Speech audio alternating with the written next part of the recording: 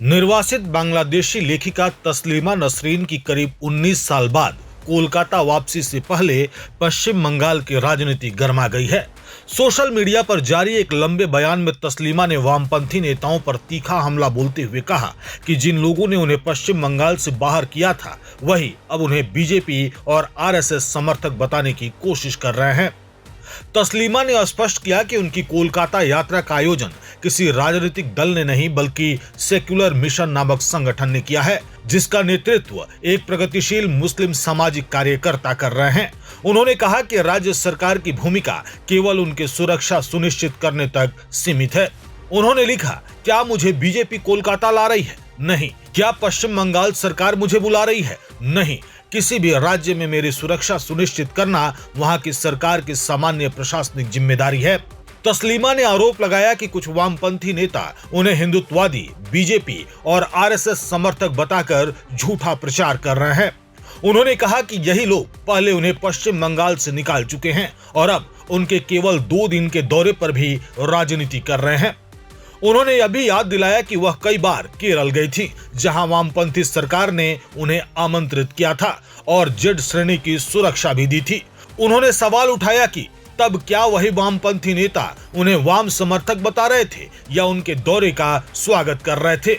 तस्लीमा ने अपने बयान में कहा कि वह 18 साल 8 महीने 10 दिन बाद केवल 2 दिनों के लिए कोलकाता आ रही हैं, लेकिन इसे लेकर जिस तरह का विवाद खड़ा किया जा रहा है वह समझ से परे है। उन्होंने आरोप लगाया कि पहले वाम मोर्चा सरकार ने उन्हें कोलकाता छोड़ने पर मजबूर किया और बाद में तृणमूल कांग्रेस सरकार ने भी उनके पश्चिम बंगाल प्रवेश पर रोक लगाई, उनके लिखे टीवी धारावाहिक का प्रसारण बंद कराया और उनकी पुस्तक के विमोचन तक में बाधाएं डाली। उन्होंने कुछ वामपंथी नेताओं पर इस्लामिक कट्टरपंथियों को खुश करने का आरोप लगाते हुए पूछा कि आखिर कब तक प्रगतिशीलता का मुखौटा पहनकर इन जिहादियों की भाषा बोलते रहेंगे। इस बीच पश्चिम बंगाल सरकार में मंत्री दिलीप घोष ने भी तस्लीमा नसरीन की यात्रा पर प्रतिक्रिया दी। उन्होंने कहा कि जिस व्यक्ति के पास वैध वीजा और पासपोर्ट है वह कहीं भी जा सकता है।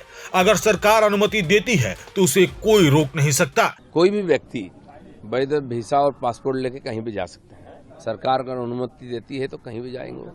लेकिन यहाँ कुछ ऐसे लोग थे अपने के सेकुलर बोल करके, यहाँ जो फंडामेंटलिस्ट, जो टेररिस्ट, इनके हाथ में यहाँ का पूरा सब कुछ छोड़ दिए थे। वो दिन हम भूले नहीं है जिस दिन तस्लीमा नसरीन को यहाँ से भगाया गया था, अपमानित करके, और पूरा रास्ता में आग जला करके दंगा फसाद बांग्लादेश जैसी स्थिति बनी थी। लोगों की भागदौड़ शुरू हो गया था। दोपहर से रात तक लोग घर नहीं पहुँच पाए थे। स्कूल के बच्चे बिना खाए इधर उधर भटक रहे थे। गाड़ियों में आग लगा दिया, हजारों गाड़ियों में। कोलकाता का वो चेहरा जो देखा है उसको अभी भी याद है। किसने कराया था? CPM वाले कराए थे। वही लोगों ने बाद में CA पारित जब हुआ तब पूरा बंगाल में आग लगाया। अब मंदिर में, बीजेपी का ऑफिस में, रेल, बस सब फूंक दिए हैं। वही लोग हैं जो घुसपैठिया। 91 लाख जो माइनस हुआ है वोटर लिस्ट से, ये लोग थे और इन्हीं को चढ़ा करके रखे थे। इन्हीं के वोट से जीतते थे लोग। अब देखिए परिवर्तन हुआ, इनका सफाई हो गया है।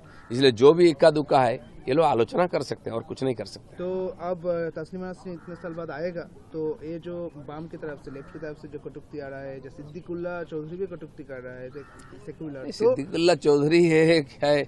वही है, भोंपू है, दूसरे के बात पर बाजते हैं। इनकी कुछ नहीं करने का। TMC का जमाने में बहुत कुछ कर लिए थे। अब उनको बोलिए घर में चुपचाप रहे। सिक्योरिटी के लिए सरकार सबकी सिक्योरिटी देगी और जो कानून के बाहर कुछ करेगा उसको समझ जाना कि क्या होने वाला है। कुछ घटना हुई है, सबके साथ वही बर्ताव होगा।